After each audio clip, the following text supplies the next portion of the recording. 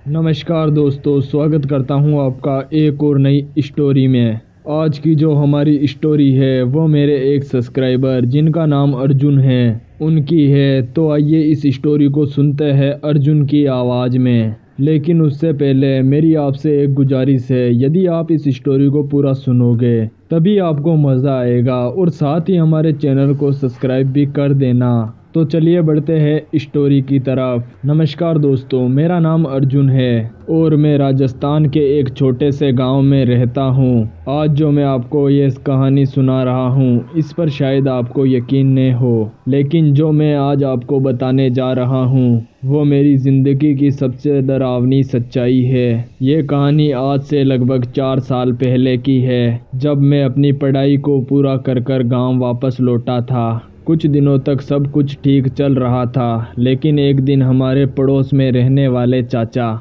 जिन्हें हम पंडित जी कहते हैं, वो बीमार रहने लगे। हम लोगों ने उसे डॉक्टरों को चेकअप करने के लिए बुलाया, लेकिन डॉक्टरों ने कहा चाचा जी को कोई बड़ी बीमारी नहीं है। लेकिन चाचा जी की हालत दिन ब दिन खराब होती गई। एक दिन मैंने चाचा जी की बेटी राधा को बहुत ही ज़्यादा परेशान देखा। मैंने राधा से पूछा, क्या हुआ राधा? तो उसने बस इतना कहा, भैया हमारे साथ कुछ अजीब हो रहा है, लगता है हम पर किसी ने काला जादू किया है। मैंने इसे एक मजाक समझा, लेकिन उसी रात मैंने कुछ ऐसा देखा जिसने मेरी सोच को इन चीज़ों के बारे में बदल दिया। हमारे घर के पीछे एक पुराना पीपल का पेड़ था। आधी रात को मुझे खिड़की के पास में एक परछाई नज़र आई। कोई आदमी उस पुराने पीपल के पेड़ के पास में कुछ अजीब सी हरकतें कर रहा था। उसकी हरकतें इतनी डरावनी थी कि जिसे देखकर मेरे रोंगटे खड़े हो गए। सुबह मैंने इस बारे में दादी से बात की तो दादी ने मुझे बताया कि हमारे गांव में काला जादू की घटनाएं पहले भी हो चुकी है, और साथ ही दादी ने मुझे चेतावनी भी दी कि मुझे उस पेड़ से दूर रहना चाहिए। लेकिन मैं जिद्दी था। मैंने राधा से पूछा, क्या तुमने किसी को हमारे घर के आसपास में देखा? उसने मुझे रोते हुए बताया कि पिछले हफ्ते एक अजनबी बाबा हमारे घर आए थे और पिताजी के ऊपर उसने कुछ फूंक मारा और फिर चला गया। तभी से हमारी ज़िंदगी में सब कुछ बदल गया। मैंने खुद उस रात बाबा का पीछा करने का फैसला किया। रात के करीबन 2 बजे मैंने देखा कि वही परछाई फिर से उस पीपल के पेड़ के पास में थी। मैंने हिम्मत जुटाकर वहां पर जाने की कोशिश की। जैसे ही मैं उस परछाई के करीब पहुंचा तो मैंने सुना एक अजीब सी गूंजती हुई आवाज़। उस आवाज़ को सुनते ही मेरे दिमाग में दर्द शुरू हो गया। अचानक उस परछाई ने मेरी तरफ मुड़कर देखा। उसकी आंखें सामान्य इंसान की तरह नहीं थी। ये देखकर मैं वहां से भाग गया, लेकिन वो अजनबी बाबा मेरे पीछे पड़ गया। मैंने घर पहुंचकर अपना दरवाज़ा बंद कर लिया, लेकिन मुझे दरवाजे के बाहर किसी के कदमों की आहट सुनाई दी। उस रात मैं पूरी रात एक भी पल सो नहीं पाया और अगली सुबह पंडित जी की तबीयत और भी ज़्यादा खराब हो गई। अब मुझे यकीन हो चुका था कि किसी ने पंडित जी के ऊपर काला जादू किया है, लेकिन मैं इसे किसे रोकूं? मैं बाबा के बारे में जानना चाहता था। तभी गांव के एक बुजुर्ग आदमी ने मुझसे कहा, अगर तुम्हें सच्चाई जाननी है तो कल आधी रात को उस पीपल के पेड़ के नीचे एक दिया जलाना। चाहे कुछ भी हो जाए, लेकिन पीछे मुड़कर वापस मत देखना। और मैंने अगले दिन सभी तैयारियां कर ली और रात का इंतज़ार करने लगा।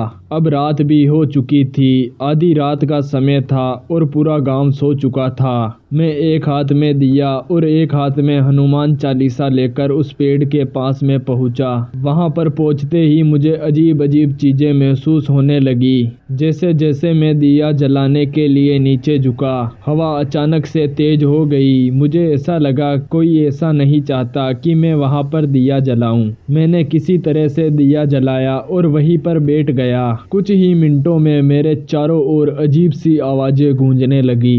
ये आवाज़ इंसानों जैसी बिल्कुल नहीं थी। ऐसा लग रहा था जैसे कोई बुदबुदा रहा हो। तभी मुझे उस पीपल के पेड़ के नीचे एक हलचल महसूस हुई। मैंने पीछे मुड़कर नहीं देखा, लेकिन मैंने ऐसा महसूस किया कि कोई मेरे बहुत करीब आ गया है। अचानक से मेरा जलाया हुआ दिया भी बुझ गया। अब अंधेरा और गहरी खामोशी थी। तभी मुझे एक कड़क आवाज़ सुनाई दी, तू कौन है और मेरे रास्ते में क्यों आ रहा है? मैंने डरते हुए जवाब दिया, मैं बस अपने पड़ोसी को बचाना चाहता हूँ। उस आवाज़ ने जोरदार हंसी के साथ कहा, उससे बचाना चाहता है लेकिन उसकी मौत लिखी जा चुकी है। यहाँ से भाग जा, नहीं तो अगला तू होगा। मैंने हिम्मत जुटाई और उस आवाज़ से पूछा, आखिर तुम कौन हो और ये सब क्यों कर रहे हो? उस आवाज़ ने जवाब दिया, मैं वही हूँ जिसे इस गांव ने ठुकरा दिया था। ये सब बदले का खेल है। जिसने मुझे नकारा मैंने उसकी ज़िंदगी छीन ली।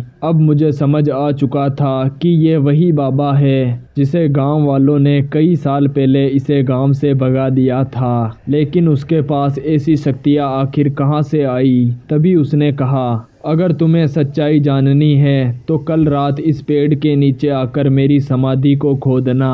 इतना कहते ही अचानक से सब कुछ सामान्य हो गया और अगली रात मैं अपने 2 दोस्तों के साथ वहां पर गया। हमने उस पेड़ के नीचे खुदाई शुरू की। थोड़ी देर बाद हमें उस पेड़ के नीचे एक मिट्टी से भरी हुई हांडी मिली। हांडी के अंदर काले कपड़े में लिपटी एक गुड़िया और एक कागज़ के ऊपर पंडित जी का नाम लिखा हुआ मिला। गांव के एक बुजुर्ग ने हमें बताया कि ये एक तांत्रिक का किया हुआ काला जादू है। हम लोगों ने मिलकर उस हांडी और गुड़िया को जला दिया। जैसे ही वो हांडी जली, पंडित जी अब एकदम ठीक हो चुके थे। लेकिन कहानी यहीं पर ख़त्म नहीं हुई। जब हम लोग घर लौट रहे थे तो हम लोगों को ऐसा महसूस हुआ जैसे कोई हमें छिप कर देख रहा हो। और तभी हम लोगों के पीछे से एक आवाज़ आई, ये तो सिर्फ शुरुआत है। क्या ये बाबा सचमुच ख़त्म हुआ था या ये सिर्फ बाबा की एक नई चाल थी? ये सवाल आज भी मेरे दिमाग में गूंजता है। शायद ऐसा हो सकता है कि कोई रहस्य कभी सुलझने के लिए नहीं होते। तो दोस्तों, ये थी मेरी स्टोरी। अगर आपको ये स्टोरी पसंद आई तो हमारे चैनल को सब्सक्राइब करके बेल नोटिफिकेशन को ऑल पर सेट करें और साथ ही कमेंट में हमें ये बताएं कि ये स्टोरी आपको कैसे लगी। धन्यवाद। मिलते हैं अगली एक और नई स्टोरी के साथ।